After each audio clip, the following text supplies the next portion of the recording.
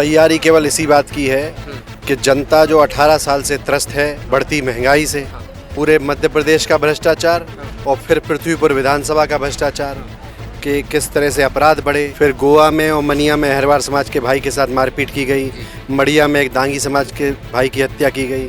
और जनता भारतीय जनता पार्टी को इस बार घर बिठाना चाहती है और कांग्रेस पार्टी को जिताना चाहती है। हमारा कार्यकर्ता जो है वो स्वर्गीय पिताजी का कमाया हुआ परिवार है और हम सब एक परिवार के नाते काम करते हैं। पूरे मध्य प्रदेश में कांग्रेस पार्टी की प्रचंड लहर चल रही है, सरकार कांग्रेस की बन रही है और जब तक भारतीय जनता पार्टी को हटाकर कांग्रेस को जिता नहीं लेगा तब तक चैन की सांस से नहीं बैठेगी। कि शिवराज सिंह मम्मा घोषणावीर कहलाते हैं, उनकी घोषणाएं तो होती हैं, क्रियान्वयन कब होगा इसका पता नहीं होता है। जनता परेशान महंगाई से है, जनता परेशान भ्रष्टाचार से है, बिना पैसों के इनके काम होते नहीं हैं। भाजपा अपना विकास कागजों में दिखाती है, पोस्टों में दिखाती है और जगह जगह नारियल फोड़ती रहती है। ये भारतीय जनता पार्टी को डर था कि ये सरकार अगर 5 साल चल गई तो आने वाले 15-20 साल कमलनाथ जी को कोई हटाने वाला है नहीं। ये गौशाला के लिए ये निर्माण नहीं हुआ, ये भारतीय जनता पार्टी के भ्रष्टाचार का नतीजा है। रणनीति पे काम करना है कि नदिया पार के लोगों को नदिया के पार पहुंचाना है और घर के लोगों को घर के बेटे को इस बार जिताना। इस वक्त हम लोग पृथ्वीपुर विधानसभा में हैं और पृथ्वीपुर विधानसभा में कांग्रेस की तरफ से अलग अलग सेक्टर की मंडलम बैठक चल रही है और बैठक को लेकर क्या कुछ कहेंगे नरेंद्र राठौर साहब हमारे साथ हैं।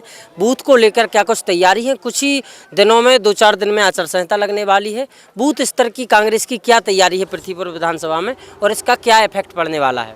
देखिए, ये मंडलम बैठक आज दिगौड़ा मंडलम और मऊ बछौड़ा मंडलम की बैठक थी और तैयारी केवल इसी बात की है कि जनता जो 18 साल से त्रस्त है बढ़ती महंगाई से, पेट्रोल डीजल तो ठीक है, टमाटर जैसी सब्जी 200 पार हुई, भ्रष्टाचार पूरे मध्य प्रदेश का भ्रष्टाचार और फिर पृथ्वीपुर विधानसभा का भ्रष्टाचार कि किस तरह से अपराध बढ़े। पहले गुलाबपुरा में एक केवट समाज के भाई की हत्या की गई, फिर बिंदारी में एक केवट समाज के भाई की हत्या की गई, फिर गोवा में और मनिया में अहरवार समाज के भाई के साथ मारपीट की गई, मड़िया में एक दांगी समाज के भाई की हत्या की गई, पृथ्वीपुर में एक ब्राह्मण महिला की हत्या की गई, एक महिला के गले से मंगलसूत्र चोरी हुआ, बैंक के बाहर से 80,000 रुपये की लूट हो गई, उसके साथ जेरोन में चोरियाँ हुई, मोहनगढ़ में चोरियाँ हुई, दिगौड़ा में चोरियाँ हुई और निरंतर पूरे इतनी वारदातों के बाद जनता में इन 2 सालों में भय का वातावरण रहा। तो जनता बहुत त्रस्त रही। अब उसको लग रहा है कि इनकी हितैषी एक ही सरकार हो सकती है और वो सरकार है जो हमेशा वो पार्टी गरीब की हितैषी रही, मध्यम वर्गीय की हितैषी रही, वो है कांग्रेस।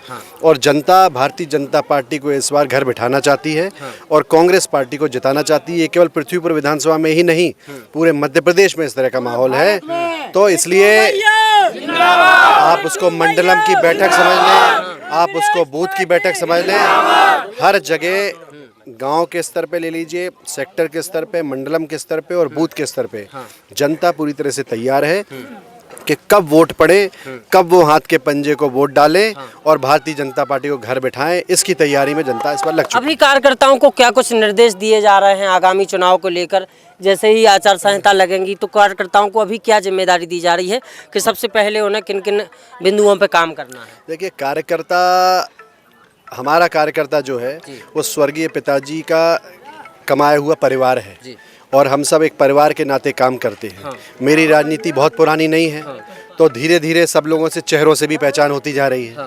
मुझे विश्वास है कि इस बार कार्यकर्ता ये मानकर चुनाव लड़ रहा है कि वो नितेंद्र सिंह राठौर वो खुद हैं और मुझे विश्वास है जब वो खुद नितेंद्र सिंह राठौर मान के लड़ रहे हैं तो एक एक बूथ स्तर पे पूरी तरह से तैयारी है कि हर बूथ पे वोट डालना और वोट डलवाना ये कार्यकर्ता और बूथ पे जो हमारे लोग हैं उनकी जवाबदारी है। इस दृढ़ निश्चय के साथ वो काम कर रहे हैं और उनको मालूम है कि पूरे मध्य प्रदेश में कांग्रेस पार्टी की प्रचंड लहर चल रही है, सरकार कांग्रेस की बन रही है।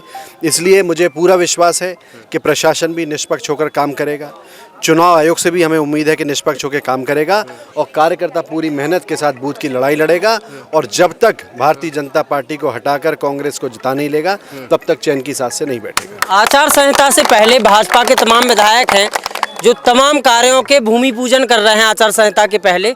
आपको क्या लगता है इससे जनता लुभेगी, उनके पक्ष में आएगी कि नहीं आएगी? या फिर कमलनाथ जी की दूसरी तरफ 11 वचन हैं, उनकी भी बात लगातार हो रही हैं। क्या लगता है आचार संहिता के पहले विधायकों के जो शिलान्यास भूमि पूजन कार्यक्रम हो रहे हैं? देखो 18 साल से भाजपा की सरकार है, शिवराज सिंह मुख्यमंत्री हैं और पूरा मध्य प्रदेश का एक एक नागरिक जानता है कि शिवराज सिंह मम्मा घोषणावीर कहलाते हैं। उनकी घोषणाएं तो होती हैं, क्रियान्वयन कब होगा इसका पता नहीं होता है।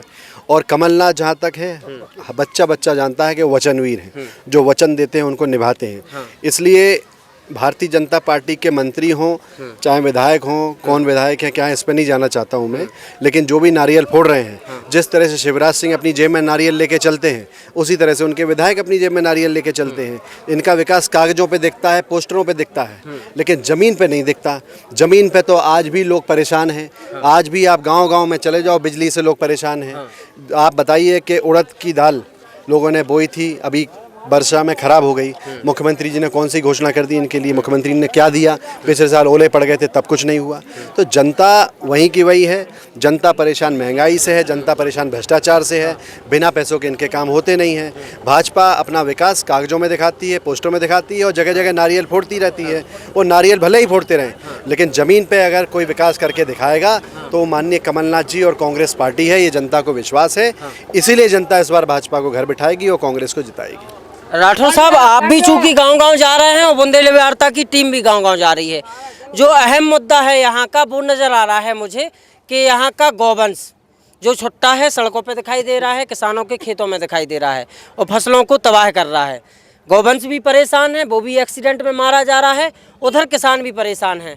आपके पास इसकी कोई कार्य योजना है या फिर भाजपा ने इस पर कोई काम किया है, दिखाई देता है आपको, क्या लगता है? देखिए, 15 महीने की कांग्रेस सरकार बनी थी। ये तो सब समझते हैं कि 15 वर्ष की तुलना में 15 महीने बहुत कम होते हैं। इसीलिए भारतीय जनता पार्टी को डर था कि ये सरकार अगर 5 साल चल गई तो आने वाले 15-20 साल कमलनाथ जी को कोई हटाने वाला है नहीं। इसलिए जोड़ तोड़ करके सरकार गिराई। लेकिन उसी 15 महीने में माननीय कमलनाथ जी ने 1000 गौशालाओं का निर्माण कराया। वो इसलिए कराया कि गौ माता जो सड़क पे घूमती हैं उसमें लोगों का भी नुकसान होता है, किसान की खेती का नुकसान होता है और गौ माता का खुद का भी नुकसान होता है, इसलिए कराया। लेकिन जब से भाजपा की सरकार धोखे से बनी तब से उन्हीं गौशालाओं को कोई बजट नहीं दिया गया। गौ माता सड़क पे घूम रही हैं, किसी का इस पे ध्यान नहीं है। अब गौशालाओं की तो कई घोषणाएं स्वीकृति भी उस वक्त हुई। अब यहीं पे देख लीजिए, ये गौशाला के लिए ये निर्माण नहीं हुआ। ये भारतीय जनता पार्टी के भ्रष्टाचार का नतीजा है। उनको लगता है कहीं कांग्रेस का नाम ना हो जाए। लेकिन आज जितने भी नारियल इन्होंने फोड़े हैं वो सब स्वीकृति कांग्रेस पार्टी के द्वारा स्वर्गीय पिताजी के समय कराई गई है, नया कुछ नहीं है। और या फिर कुछ झूठी घोषणाएं कर रहे हैं, जैसे अभी कुछ लोग बता रहे थे कि कल भी कोई की उन्होंने। तो मेरा कहना ये है कि गौ माता की रक्षा करना हम सबका फर्ज है और कांग्रेस की सरकार बनेगी, कमलनाथ जी बनेंगे, निश्चित रूप से उन गौशालाओं पर और जोर दिया जाएगा। और गौ माता जो सड़क पे आज घूम रही हैं, किसानों का नुकसान कर रही हैं, उनको उनकी जगह गौशालाओं में पहुंचाया जाएगा जहां उचित व्यवस्था उनकी होगी और जिससे हमारे किसान साथियों का भी नुकसान नहीं हो, जो सड़क पे चल रहे हैं हमारे जो सैलानी जो मोटरसाइकिल से चल रहे हैं उनका भी नुकसान नहीं हो और गौ माता का भी नुकसान ना हो। अच्छा, आचार संहिता के बाद आपकी क्या रणनीति रहने वाली है चुनाव की? अभी तो मंडलम बैठकें चल रही हैं, आचार संहिता के बाद क्या? देखिए, हमारी कोई रणनीति नहीं है। हमारी रणनीति हमारी जनता है, जो हमारा परिवार है।